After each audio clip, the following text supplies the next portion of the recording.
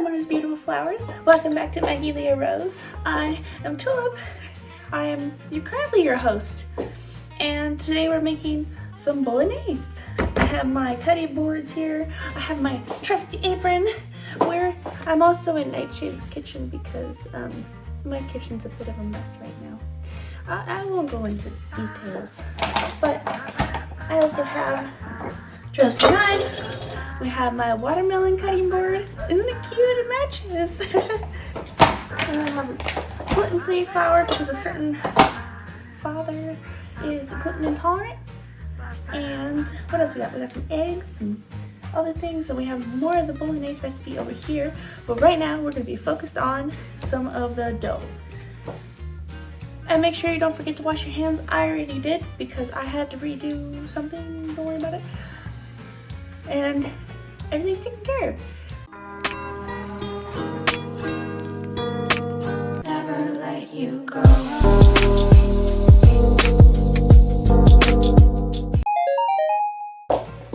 And for my Bolognese, I can't give away every ingredient and I have no measurements.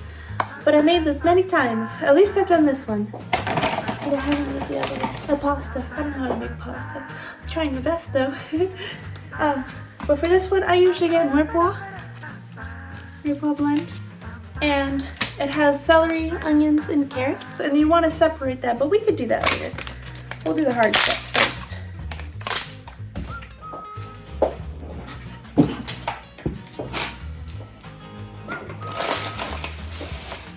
But you're also going to want portobello mushrooms. I usually go with the mini mushrooms, or the mini portobellos, or baby portobellos.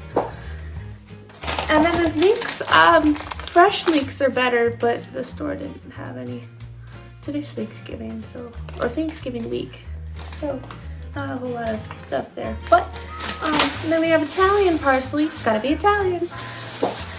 And then we have, you're gonna want oregano and basil. And then you're also gonna want a bottle of red wine, probably one that's more bitter. This is a tuba chuck, is what they're called here. I think you get them from Trader Joe's. But they have this. It's not the fanciest wine, obviously, because, you know, $2. But they work. And, the flavor works with it really well. Oh no, my hands. I'm gonna have to rinse my hands yet again because of the pasta. And for this, you just kind of want to chop it. For the other portobello mushrooms,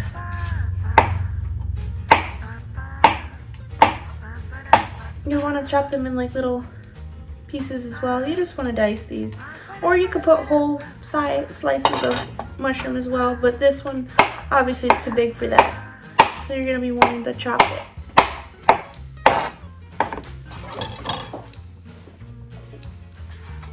Yeah, that should be enough mushroom. Portobellos have a lot of mushroom. You can put that to the side once you're finished with that, and then you can get your mushrooms and put them to the side as well for prepping, or for when you put everything together later. And then I'm going to get a couple more pieces. As for the leeks, you don't have to do anything because they're already pre-chopped if they're like this. But if you have leeks, you're going to want to cut them until they look to be like this kind of length. Or maybe you can make them a bit more. But this should be good. This is good. But you're going to have to clean your board because you don't want to cross-contaminate. So for these, you're going to want to chop this probably around here. You see all these stems? You don't want those. So you probably could chop like right here, just because most of the stems are going to be in this area. And then you can just put it in the bag.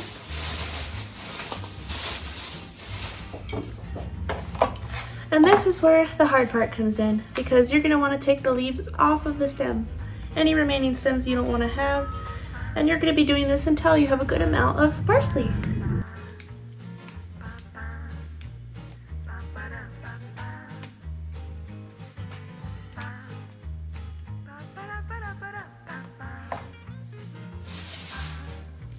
I hope nobody's texting me because I am in the middle of filming.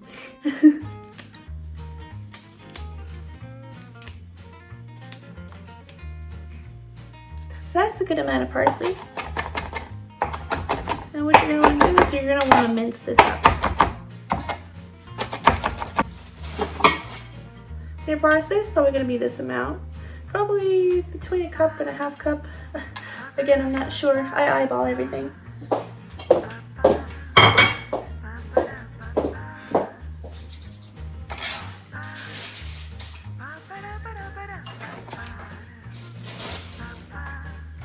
And since everything else is pre-chopped, that's all I have to do for the chopping. You'll want to throw away everything and put this in the wash. And now we can get our quad blend, and you're going to want to separate the individual stuff. So just get some plates. It's okay if some of it mixes, but you're going to want it separated just in case. Like just in case this is too much, which it looks like it might be, just a smidge. And separating it's for you. I have little Autumn one. And then you're going to put your onions in here. And the onions are going to be very important for later. Oh, this is way too much onion. Okay. Definitely too much onion. Wow, that's a lot of onion. Okay. Like half of that would be good. And we're going to put these up in there as well. Oh, and again, make sure you have plenty of sauce. Yeah, I do need this much. I'm just kidding, you won't need this much. Long story where MR got this. I think she got it from my uncle because he bought the wrong size. But it's okay. Oh, Jesus Christ. Well, now you're gonna join me over here. Okay, and now it's time to make the pasta. Let's go. You're also gonna want a lot of olive oil. And you kind of want to just make a layer on the bottom part of the pan with said olive oil. And you're also going to have another ingredient for the bolognese as well. I use Italian seasoned ground turkey. And you're going to want to open this. And you're going to be prepping this on the side.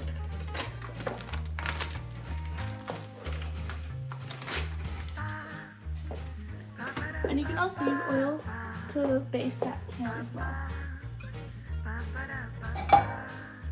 Probably just not as much, because you want the fat of the turkey to have a lot of moisture as well.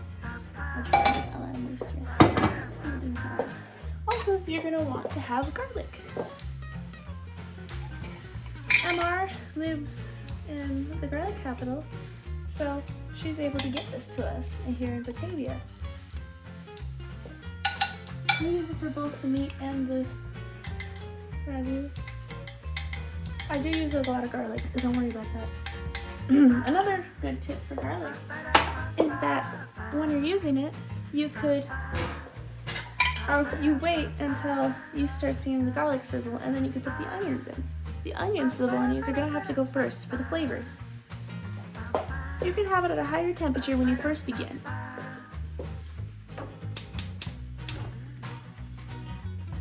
The meat doesn't have to be too picky. This isn't a steak we're talking about, so you don't have to have special stuff for the steak, because this turkey is going to be cooked just until it's fully cooked, and then you're going to be putting it in. It's just going to be all mixed up. And make sure you have your trusty this thing, and so you can mix everything around.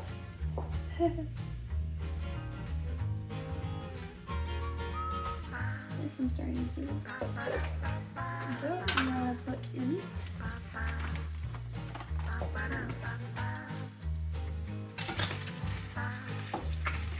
And I kind of want to chop it up as well, just because this will end up in chunks later. It's just to help it cook. Ow! Good.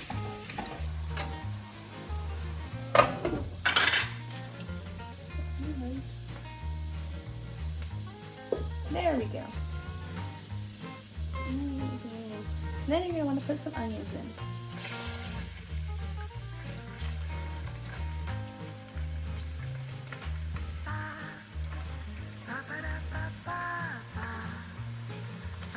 And then you're going to want to wait for the onions to turn golden brown until before you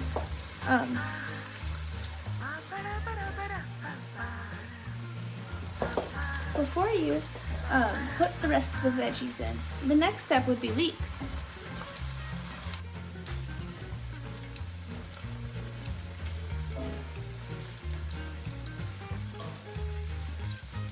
And you're gonna wanna mix at a perpetual level, if that's how you use that word.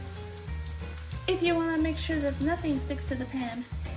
And if anything does stick to the pan, you can always use wine because it helps make it less sticky. After the onions turn golden brown, you're gonna want to use leeks.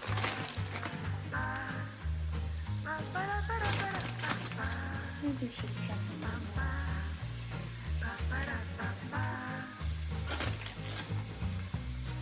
And you want that leeks to go in next because leeks have a specific flavor that adds to the bolognese.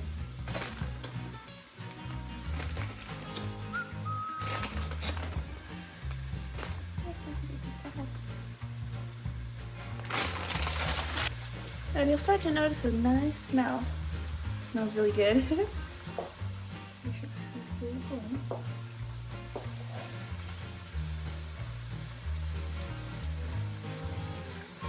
I'm assuming there's a time limit, I don't want to fix that. But if you have any recommendations for cameras MR should buy, let her know in the comments down below because she has no idea. Is a Sony better than Canon? Is that what it is? I feel like Sony might be better than Canon.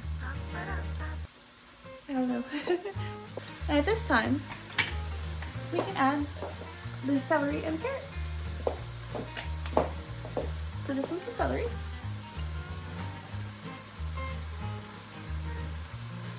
I think I should do it. They put a lot of celery.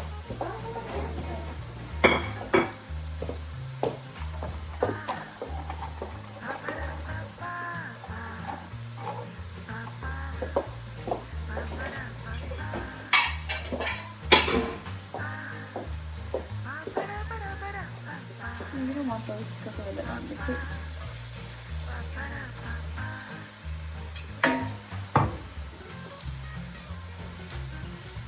At this time as well, you can always add a little bit more salt.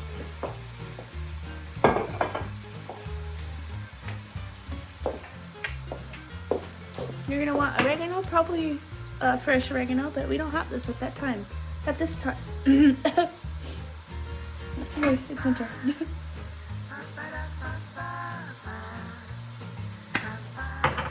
And we also add basil. Again, you're gonna want fresh basil, but we don't have that right now. We were out at the store.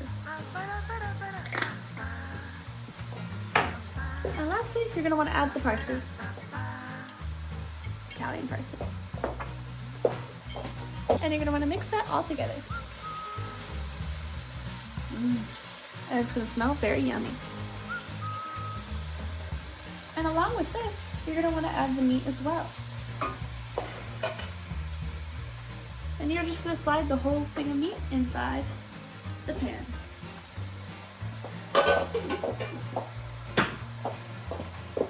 And you're gonna mix that in too. And the last step would be the sauce. Now usually MR adds a little bit of tomato paste to make it a little bit more thick so it doesn't have to simmer as long. It tastes the same, trust me. But apparently she forgot to buy paste and send it to us. So, or Cheetos. Yeah, she's not too happy with me. And then you're gonna wanna add the wine. And you're gonna want to add a third of the bottle.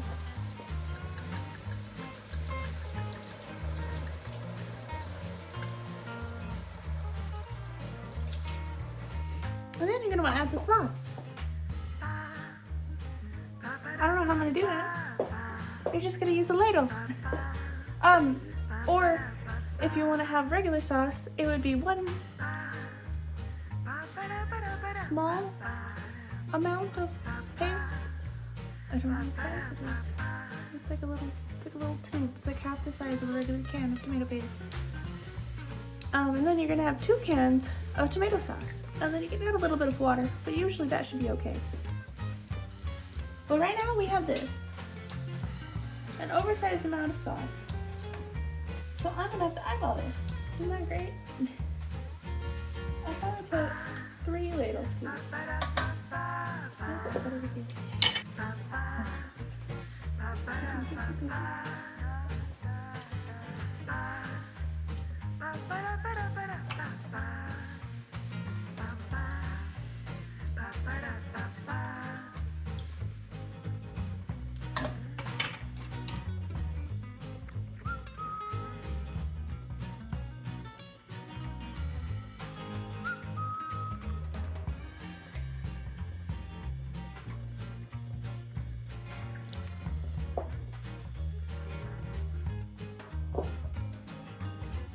And now that that's all complete, that will conclude the Bolognese.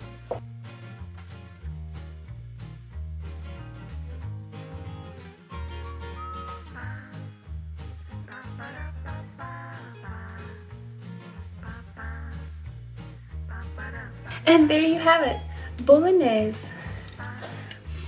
And I have tortellini, and make sure you top it off with a nice Parmesan.